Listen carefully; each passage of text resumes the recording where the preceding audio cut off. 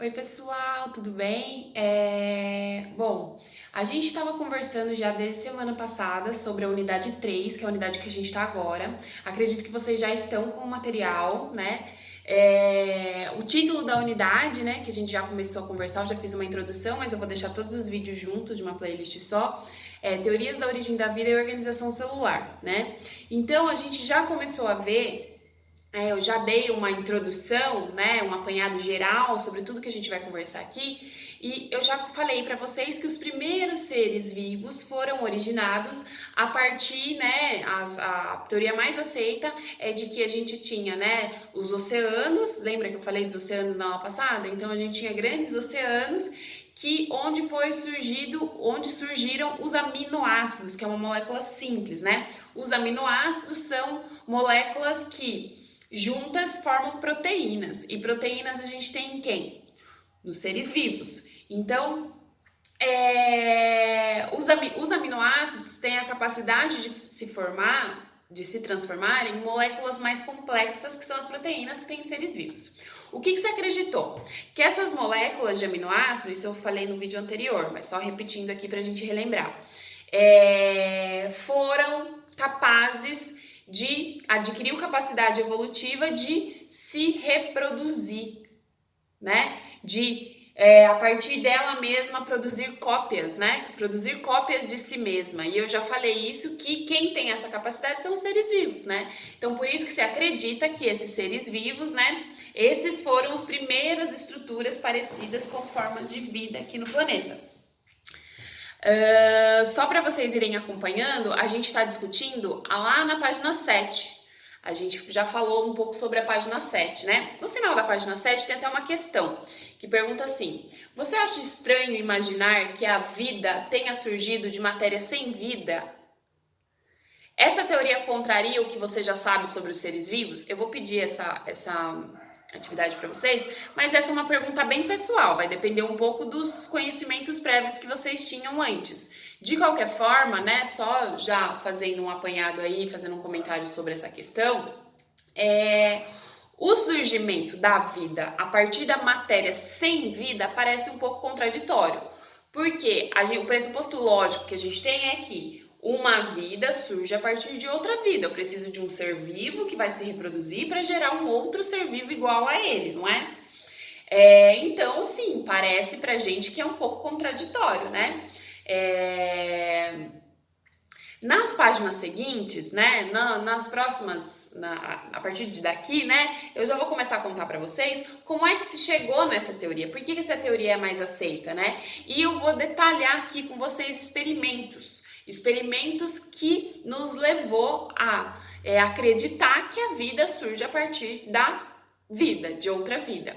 Né? No entanto, até aqui, a gente falou sobre o surgimento da primeira vida. Se não tinha vida antes, como é que surgiu? Bom, já contei no vídeo anterior que a teoria mais aceita é essa, onde eu tinha lá algumas substâncias no planeta, né? Metano, hidrogênio, oxigênio, vapor d'água. E a partir da energia das descargas elétricas, né, das chuvas intensas que aconteciam, né, formou-se os primeiros aminoácidos, que por sua vez se formaram aglomerados de água em volta desses aminoácidos, que na verdade, calma, primeiro aminoácido juntos formam proteínas. Então eu tinha uma proteína que é uma molécula maior que um aminoácido. Né? Lembra que eu dei o exemplo das canetas no vídeo anterior? E aí eu tenho as proteínas, e em volta dela a água fica em volta, e isso a gente deu o nome de coacervado. Eu acho que essa palavrinha coacervado não apareceu na apostila de vocês, né? Mas o que seria lá na página 7, dá uma olhadinha, lá na página 7, o que seria como é que tá dizendo aí? Essas moléculas teriam adquirido uma capacidade própria de seres vivos, produzir cópias de si mesmas, né? Portanto, essas estruturas seriam as primeiras formas de vida na Terra. Essas estruturas a gente dá o nome de coacervado, porque era proteína em volta à água, e essa estrutura, onde eu tinha proteína e água, que teve a capacidade de se autoduplicar, né? De fazer uma cópia de si mesma. Bom, e aí a gente chegou na página 9, onde a gente está falando dos primeiros seres vivos, né? Até a diversidade atual. A gente precisa entender, então, acompanhem comigo, né? Lá na página 9 mesmo? página 8, lá na página 8 que a gente tá. Acompanhem comigo, né? Que pra gente entender tudo isso, imagina a quantidade de gente que fez pesquisa pra gente chegar até aqui, né? Algumas coisas nos parecem óbvias hoje, mas só é óbvia porque muita gente antes da gente tá aqui estudou e pesquisou e fez experimentos sobre o assunto. Entender como a vida surgiu, então, foi um grande desafio, continua sendo um grande desafio, né? Até pra gente entender como é que a ciência, né?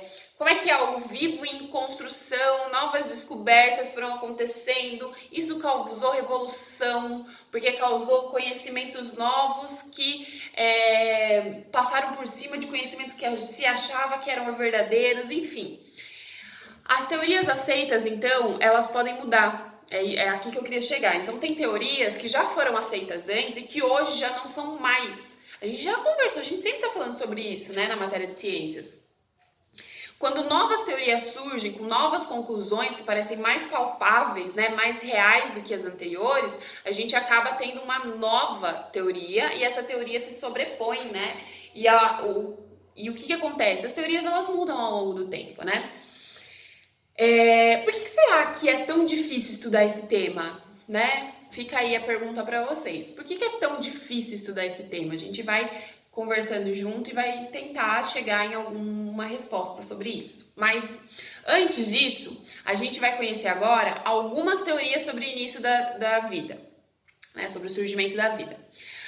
Lá na página 8 está falando sobre a teoria da geração espontânea. O que é a teoria da geração espontânea? Essa teoria, ela foi por muito tempo aceita.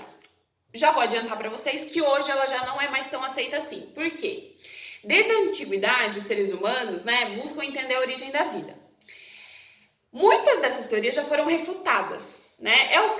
Refutadas é quando são negadas, né? Eram aceitas, mas daí elas foram rebatidas, foram negadas, porque outras teorias surgiram. Por conta de pesquisa e experimento, né?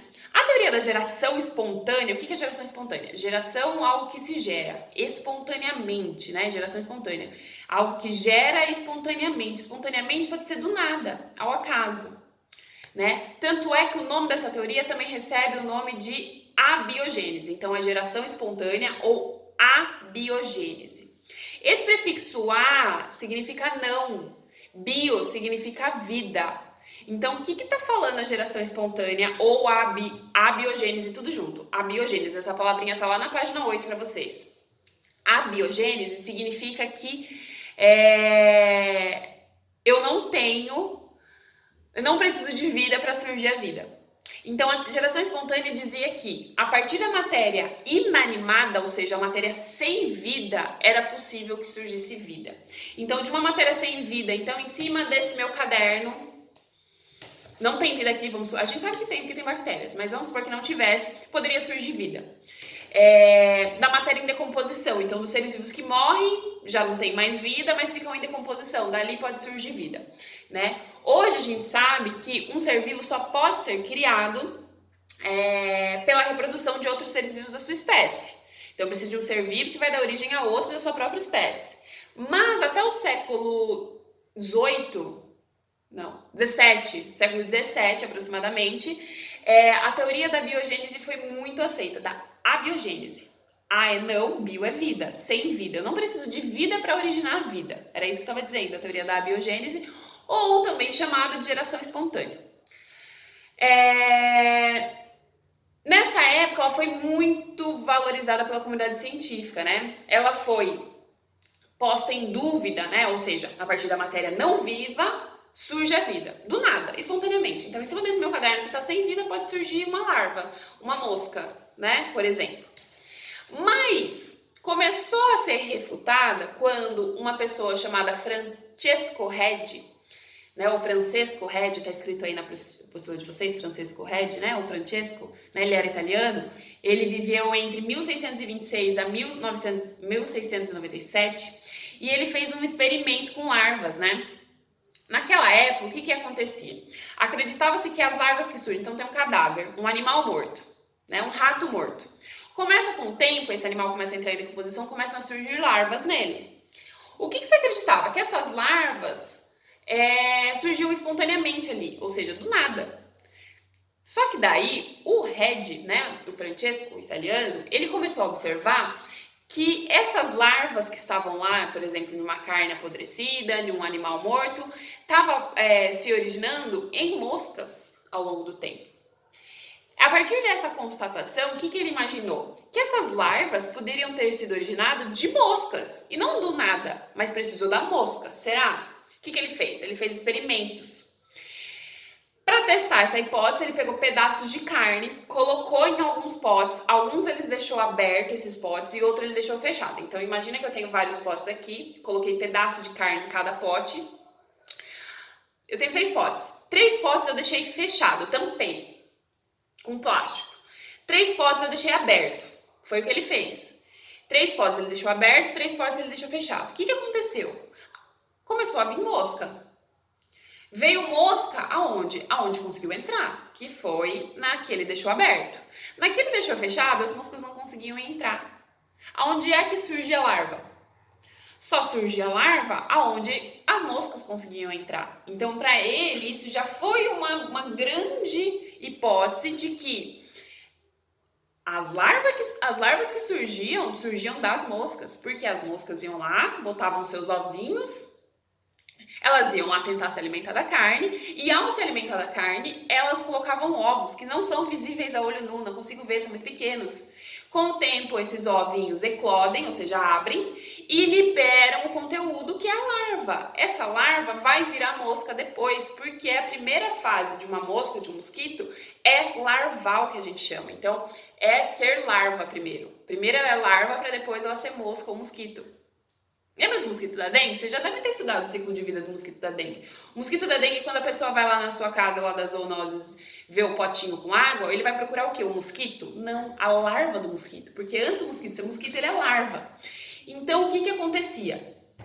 Ele percebeu que não surgia mosca nos frascos que ele tampou. E também não surgiu larva. Ou seja, a conclusão que ele pode chegar aí é: as larvas que aparecem na carne em decomposição, na carne morta, né, num animal morto, não apareceram ali espontaneamente do nada. Apareceram ali por conta das moscas que botaram ovos. Então, a teoria da geração espontânea, da biogênese, já começa a cair por terra. Porque eu precisei de vida. Da vida de quem? Da mosca. Então, não foi do nada, sem vida. Foi a partir da vida da mosca. Bom, lá na página 9, olhem lá, tem uma foto. É um esquema de comparação de dados no experimento do Red, página 9. Lá tem, ele colocou lá, tá vendo? Ó, tem um frasco com um peixe, um pedaço de carne, né? Animal morto, tampado, as moscas não conseguem entrar, e um aberto. Esses negocinhos amarelinhos que estão aí são as larvas. Então, tem mosquito, tem mosca em cima e tem larva, porque esse mosquito está colocando ovinhos ali e esses ovinhos, com o tempo, estão eclodindo, ou seja, estão se abrindo e liberando as larvas. Tá, esse foi o Red, o Francesco Red. Aí, eu tenho os experimentos de Needham e Spallanzani. Não sei se vocês estão vendo esses nomes aí diferentes aí. Estão aparecendo na página 9. Olhem lá comigo. Mesmo depois dos experimentos de Red, isso não significou que todo mundo abandonou a teoria da biogênese. Não, porque ela já era muito aceita. É muito difícil, né? Quando a gente tem uma ideia muito cristalizada, né? Ah, não, porque a vida surge espontaneamente. Para você comprovar que ela não existe espontaneamente, não basta um experimento. Tem que fazer vários. Eu tenho que replicar esse experimento, eu tenho que fazer de novo, eu tenho que fazer de outras formas. Porque talvez ele só... Nesse experimento do Red, poderia se afirmar o quê? Que ele só refutou, ou seja, negou, sobre as larvas, mas sobre todas as outras vidas, talvez não.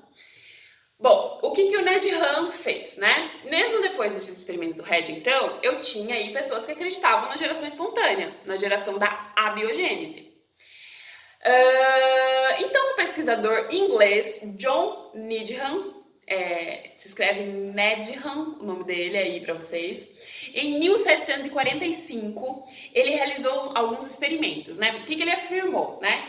Que micro-organismos micro-organismos muito pequenos, como bactérias, enfim, surgiam espontaneamente no interior de recipientes de vidro contendo caldo nutritivo. Calma, então eu tinha um recipiente de vidro com caldo nutritivo, com nutrientes ali. E aí os micro-organismos, como as bactérias, surgiam do nada, espontaneamente, a partir da biogênese. Mesmo depois de ele ter fervido o líquido, porque a gente sabe que quando a gente ferve, por que a gente precisa beber água ou filtrada ou fervida? Porque quando eu fervo, eu consigo matar os micro-organismos.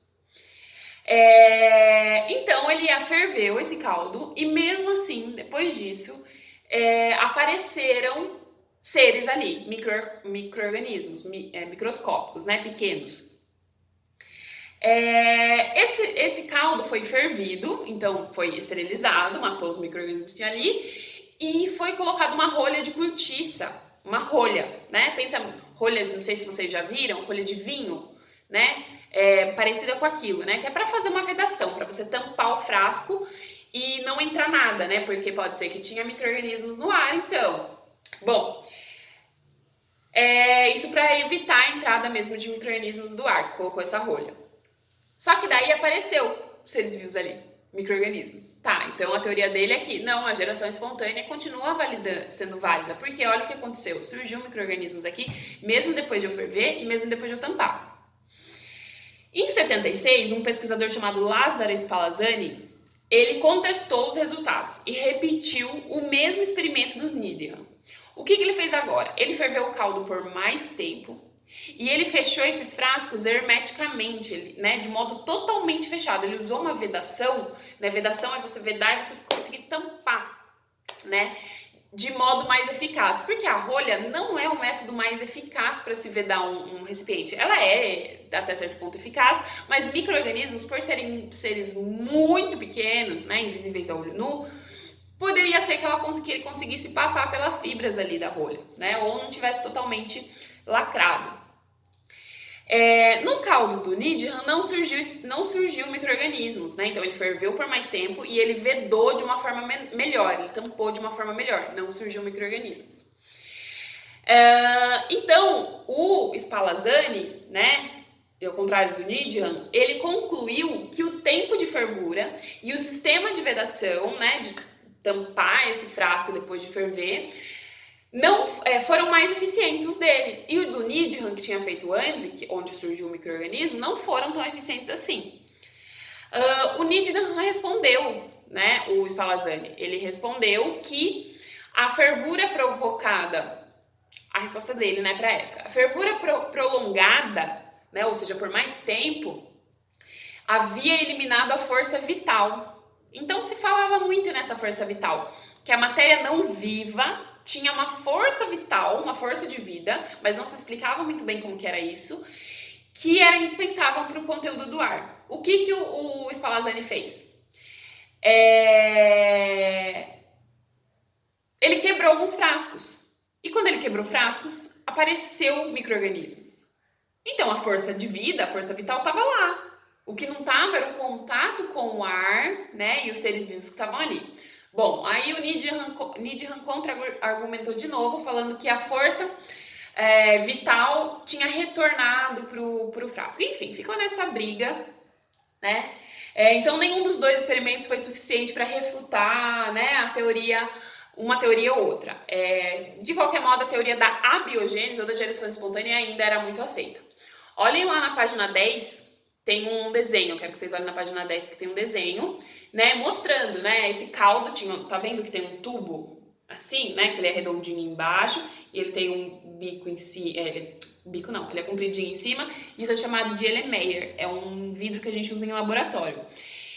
Estão vendo que foi fervido esse caldo, o frasco foi vedado, tampado com uma rolha azul, então não apareceu micro-organismos. Quando eu abria o caldo, né, o frasco, surgia micro-organismos, crescimento de micro-organismos, tá lá na legenda para vocês da página, só para eu confirmar, para não falar a página errada. Só um minuto, gente. Página 10, na página 10 mesmo. Bom, isso tudo já estava dando indícios de que talvez a geração espontânea, a teoria da abiogênese, não era tão aceita. Por quê? Porque se eu fechei um frasco, por que não está surgindo micro-organismo ali? Porque, na verdade, talvez esses micro-organismos estejam no ar. Eu não estou conseguindo ver, mas eles estão no ar. Hoje a gente sabe disso, né? Mas naquela época a gente não tinha certeza, tinha que fazer teste, né? A gente não sabia nada. Não que hoje a gente saiba tudo, né? A gente também não sabe muita coisa. Inclusive, pode ser que surjam outros experimentos que refutem o que a gente acredita. Isso é comum na ciência. E aí ele colocava, quando abria, então surgia micro-organismos. Então parecia que o micro-organismo que estava surgindo ali veio do ar. E não da matéria sem vida, porque já tinha vida no ar. Bom, eu tenho aí um embate, então, entre duas teorias. Lá na página 10 está contando isso para vocês. Eu quero que vocês olhem junto comigo, porque às vezes tem palavrinhas que eu falo que não fica muito claro na minha fala, vocês estão acompanhando na apostila, fica melhor. Tem o título do texto o embate da abiogênese e da biogênese. Essa palavra eu não falei ainda. Abiogênese é uma palavra, biogênese é outra palavra. Abiogênese, biogênese, abiogênese, biogênese. Abiogênese tem o A na frente, muda tudo. Porque lembra que esse A significa não, significa negação? Então eu tô falando, essa teoria da abiogênese acredita que eu não preciso de vida para ter vida. A vida surge espontaneamente, sem eu ter uma vida pré-existente, uma vida que existe antes. A teoria da biogênese, biogênese sem o A, biogênese, diz que eu preciso da vida para surgimento de vida, né? Que é a teoria mais aceita agora. Houve, então, grandes embates aí, né? Sobre a biogênese, porque se acreditava, era isso que estava acontecendo nesses experimentos que eu contei para vocês. Um embate entre a biogênese e a biogênese. Preciso ou não preciso de vida para ter vida nova? Teve um médico naturalista, né? O nome dele é mais difícil de pronunciar, mas é alguma coisa... É Félix, o Félix Pouchat, né? O Arquimedes, né? Félix Arquimedes Pouchat, ou Pouchat. Eu não sei se é Pouchat ou Pouchat. Ele realizou vários experimentos. E aí... ele submetia os materiais estudados, né, a condições que supostamente iriam destruir os seres vivos que estavam nesses materiais, né? E depois de algum tempo, ele observava o surgimento de micro-organismos nesses mesmos materiais. Então, ele colocava esses materiais em condições muito quentes, por exemplo, fervia, enfim, e aí depois surgiam micro-organismos. Ele passou a publicar os resultados das suas pesquisas como favoráveis à geração espontânea, ainda. Ou seja, a abiogênese, não preciso de vida para ter vida. Surge do nada. Ele acreditava nessa força vital do ar, que tinha alguma coisa no ar que fazia com que fosse possível desenvolver vida, mas não era vida, era uma força vital. Por sua vez, o Louis Pasteur, né, é muito conhecido, Louis Pasteur, depois ele desenvolveu um método, que depois eu vou falar sobre ele.